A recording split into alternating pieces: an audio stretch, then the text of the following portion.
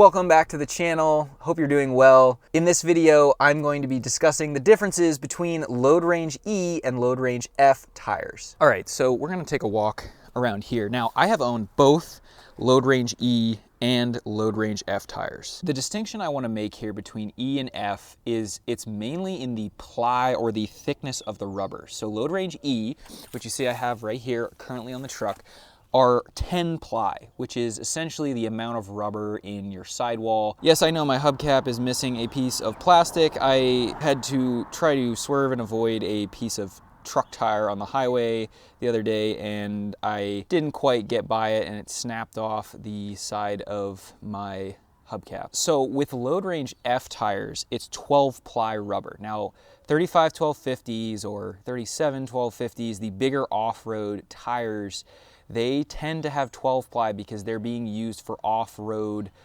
purposes, right? Thicker rubber is going to be more puncture resistant. You'll be able to air it down more. It provides more cushion for you, and it's heavier duty. What do you think, little dog?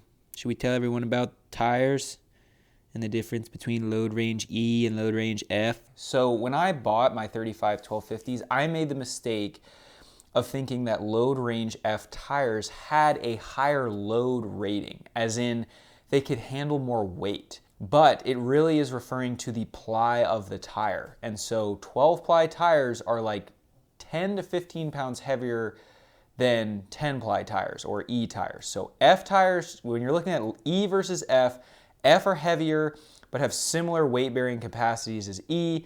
They're just a thicker rubber meant for off-road. Now, I wanted to put 35 1250s on my truck because I thought it would look really cool, and at the time I wasn't really using the truck much for highway driving. Well, last year in 2023, that changed dramatically. My wife started travel nursing and I started my film business, and we were driving all over the country. Those 35 1250s load range F are not what you want to have as a highway tire. I struggled a lot to keep them balanced. I found that I was wearing through and they were getting cupped really fast, so I started rotating them every 2,500 miles.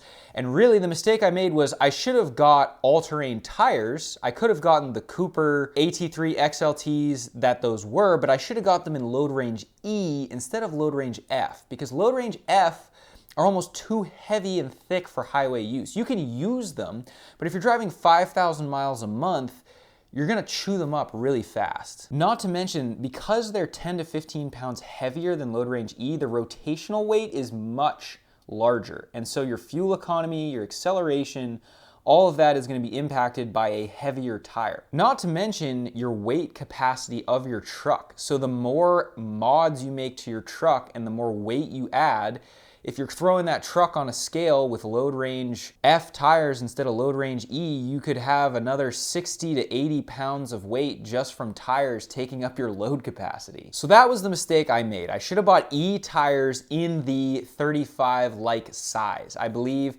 that size on the Tremor, it's a load range E 285 70 R18. So it is a 35 tire, but in metric sizing, and it's a load range E, so you still get the characteristics of an all-terrain tire and you can drive it off-road, but it's not as heavy and thick as the 12 ply load range F. I made the mistake of getting F tires, and I don't want you to do the same unless you're planning to throw a 5-inch lift on your truck and go run the Mojave Road in Southern California.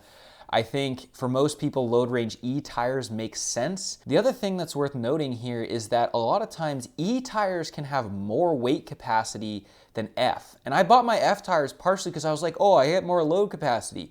But the highway tires, the Michelin Defenders that I have on now, that are load range E, have a higher weight capacity than my 35 load range F Cooper AT3s by like 100 pounds. The E versus F doesn't necessarily mean that the F is going to be able to handle more weight per tire. So just bear that in mind. Thank you for watching this video. I appreciate it. I hope it was helpful to you as you look at tires and try to understand the weight rating of the tire versus the load rating, which is the E and F designation.